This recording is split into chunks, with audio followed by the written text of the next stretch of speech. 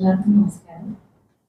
ഫെഫ്ക എടുത്ത ഈ ഒരു ഇനിഷ്യേറ്റീവ് ഏറ്റവും കൂടുതൽ സന്തോഷിക്കുന്നത് പക്ഷേ ബഹുമാനപ്പെട്ട ദിനേശേട്ടൻ പറഞ്ഞ പോലെ ഞാൻ ഉൾപ്പെടുന്ന സ്ത്രീകളായിരിക്കും.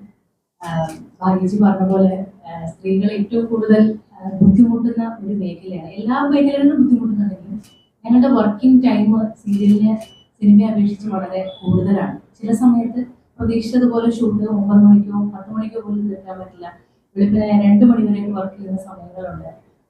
ദിനേശേട്ടൻ പറഞ്ഞ പോലെ ഒരുപക്ഷെ രേഖാപരമായി പരാതി തരാത്ത ചില കാര്യങ്ങൾ ഉണ്ടായിട്ടുണ്ട്. അത് എത്രത്തോളം എല്ലാവരിലേക്കും എത്തിയിട്ടുണ്ടെന്ന് എനിക്കറിയില്ല. കഴിഞ്ഞ കുറച്ച് കാലങ്ങൾക്ക് മുമ്പ് നമ്മുടെ കൂടെ ഒരു ആർട്ടിസ്റ്റ് ലേഡി പെൺകുട്ടിയാണ്. അപ്പോൾ അവര് ഒരു 2-3 ഇയേഴ്സ് മുമ്പ് അനുഭവിച്ചൊരു പ്രശ്നം ഒരു ഇന്റർവ്യൂയിലൂടെ പറയുകയും ഞാനത് അവരെ വിളിച്ച് ചോദിക്കുകയും ചെയ്തിരുന്നു.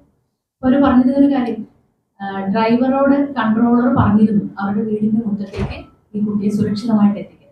അപ്പൊ ഈ വീട് കുറച്ച് ഉള്ളിലോട്ടാണ്, ഏകദേശം നെടുമങ്ങാട് ഭാഗത്തേക്കാണ്. അപ്പൊ വീട്ടില് ഈ റോഡിൽ നിന്ന് ഒരു അല്പ ദൂരം അങ്ങോട്ട് ആ കുട്ടിക്ക് നടന്നു കയറേണ്ടതുണ്ട്. ചില ഡ്രൈവേഴ്സ് അവിടെ നിന്ന് ലൈറ്റ് അടിച്ചു കൊടുക്കും ഈ കുട്ടികളെ സാധാരണ കൊണ്ടാക്കുമ്പോൾ അതുവരെ തന്നെ.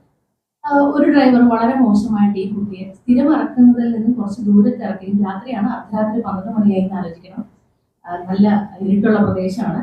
അപ്പൊ ഈ കുട്ടിയെ ഒരു സുരക്ഷിതത്വം ഇല്ല, കൂടെ ആരുമില്ല, ഈ കുട്ടി ഒറ്റയ്ക്കാണ് വരുന്നത്.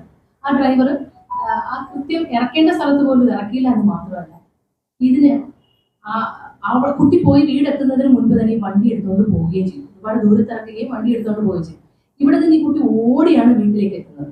അതിനുശേഷം പിറ്റേ ദിവസം രാവിലെ കൺട്രോളർ ഓടിക്കുമ്പോൾ വർക്കിന് വരുന്നില്ല എന്നാണ് പറഞ്ഞത്. അതിനൊരു ഭയം ഉള്ളത് കൊണ്ടാണ്, കാരണം ആ സുരക്ഷിതത്വ കുറവാണ് അത് അന്ന് അനുഭവിച്ചത്. അത് പക്ഷെ ആരോടും പരാതി പറഞ്ഞില്ല. ഒരുപക്ഷെ നിയമപരമായിട്ട് നമ്മളോട് അന്ന് ആത്മസംഘടനയ്ക്ക് ഒരു പരാതി തന്നിട്ടെങ്കിൽ പോലും നമ്മളത് എടുത്തേനെ. അപ്പൊ പരാതിയായിട്ടത് പറയാതെ ഇന്റർവ്യൂവിൽ പറഞ്ഞപ്പോൾ സത്യത്തിൽ എനിക്ക് വിഷമം ഉണ്ടായതുകൊണ്ടാണ് ഞാൻ പേഴ്സണലി വിളിച്ച് ചോദിച്ചത്. ഇതുപോലുള്ള ഇൻസിഡന്റുകൾ പലപ്പോഴും നമ്മുടെ മേഖലയിൽ ഉണ്ടായിട്ടുണ്ട്.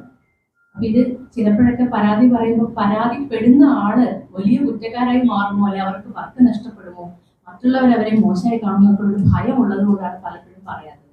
ഒരുപക്ഷെ ഫെഫ്ക എടുത്ത ഈ ഒരു ഇനിഷ്യേറ്റീവിലൂടെ ഈ ധൈര്യമായിട്ട് പരാതി പറയാനും സുരക്ഷിതമായിട്ട് യാത്ര ചെയ്യാനും സാധിക്കുന്നത് വലിയൊരു പ്രത്യേകിച്ച് അഭിനന്ദനം എന്നല്ല, അതിനുപരി ഒരു സംരക്ഷണമാണ് ഇപ്പോൾ ഫെഫ്ക തന്നത്. അതിന് ഒരുപാട് നന്ദി അറിയിക്കുന്നു. തുടർന്ന് ഇതുപോലെയുള്ള കാര്യങ്ങൾ ഇനിയും ഉണ്ടാവട്ടെ. എല്ലാവർക്കും നന്ദി. Thank you.